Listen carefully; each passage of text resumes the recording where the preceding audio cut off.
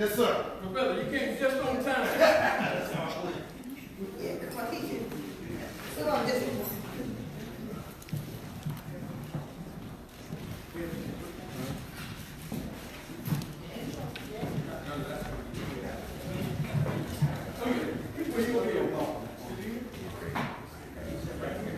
And the reason we wanted to give him a little special attention is his office is one of the co-sponsors of this forum.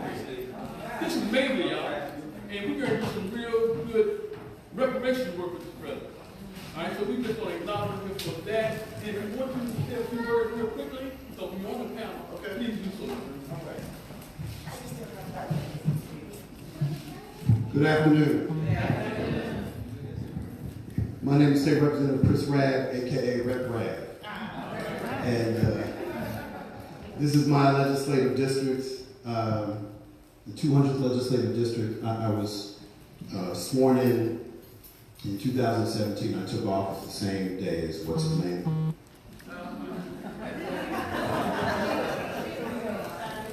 So I won't delay.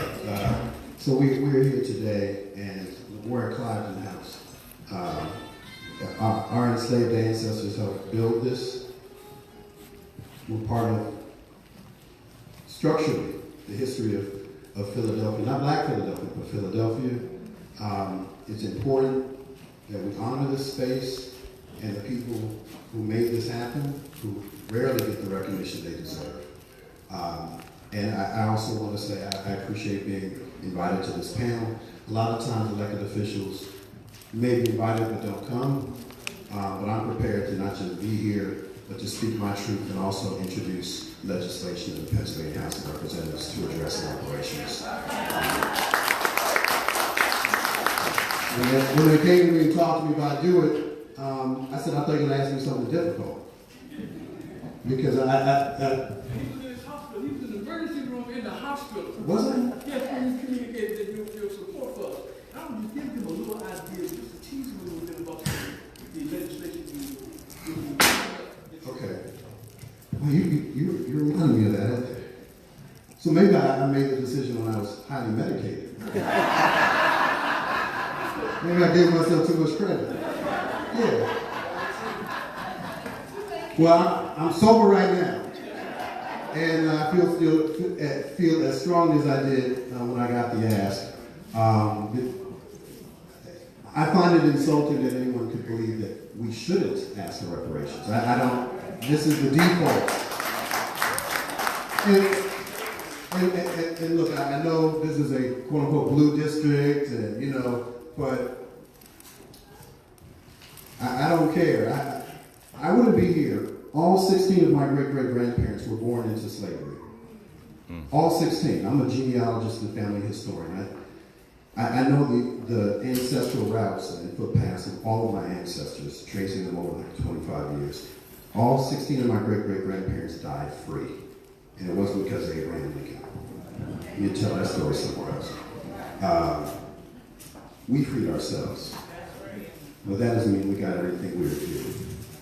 And we're seeing that through state policy. Because the reason I'm late is I was coming from a millennial event, and I was trying to get them to understand that any issue, any concern they have in their lives, important issues, are impacted, whether they like it or not, by government. Federal and state. Certainly local. But being a state lawmaker, I try to explain to them the things that they care about, not things that I care about, the things that they care about, are impacted, whether they like it or not, by state government. And I remind folks, particularly those of us who descend from enslaved Africans, that a lot of the policies that were created in this country, not just on the federal level, but specifically state, enslaved our people. These are state laws. State laws. Not just Mississippi, but New York. Not just Georgia, but Pennsylvania. They don't like to talk about slavery here. So before I get off, I'm going to go straight into this. What I am trying to work with, and I want to thank NCOBRA, the local branch here, for providing me a lot of research, because I get a lot of requests. Oh, this is what you need to do. This is what you need, because you're elected, we elected, this is what you need to do. I'm like, you're right, but I need your help. And then there's this silence. I didn't get that from them.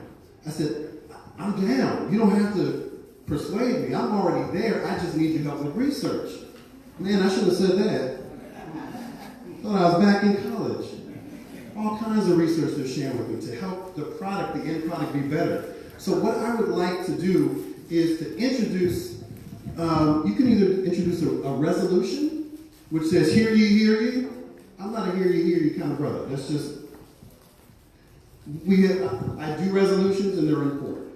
But this is too important to just be a whereas. Right, I'm a legislator. I'm not a resolutionator. So I'm trying to legislate.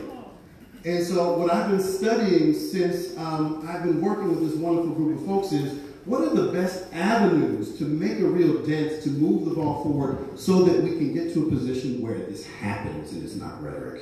And what I've discovered is that there are multiple paths. And I'm figuring out with others who've been in this game a lot longer, who know the processes, what are the best ways to approach it. But the bottom line is this. There is a myth that Pennsylvania, because it was founded by Quakers, that it was all good here.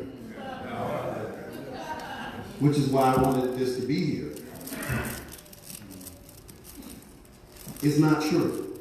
And the other thing is, I know I'm preaching to the choir, but work with me here.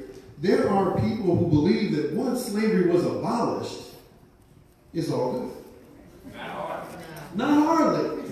And so, depending on what state you're in, the abolition was not immediate. It was what they call gradual, which for some folks meant their whole rest of their lives. It may have freed their children, but not them themselves.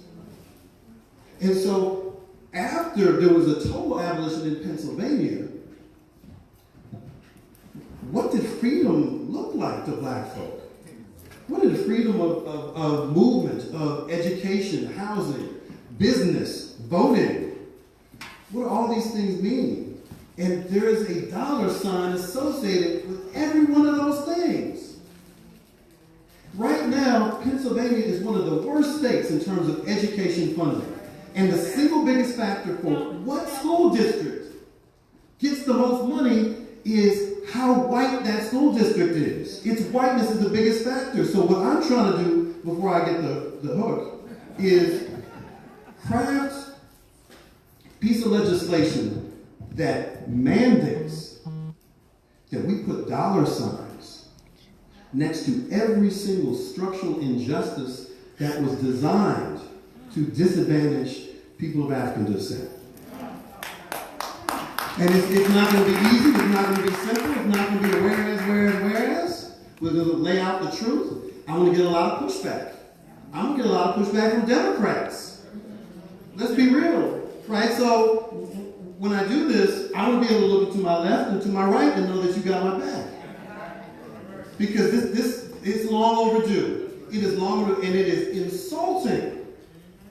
We honor all these things, but we can't even honor the fact of the rampant exploitation of African women, men, and children, without which we would not be in the richest country in world history.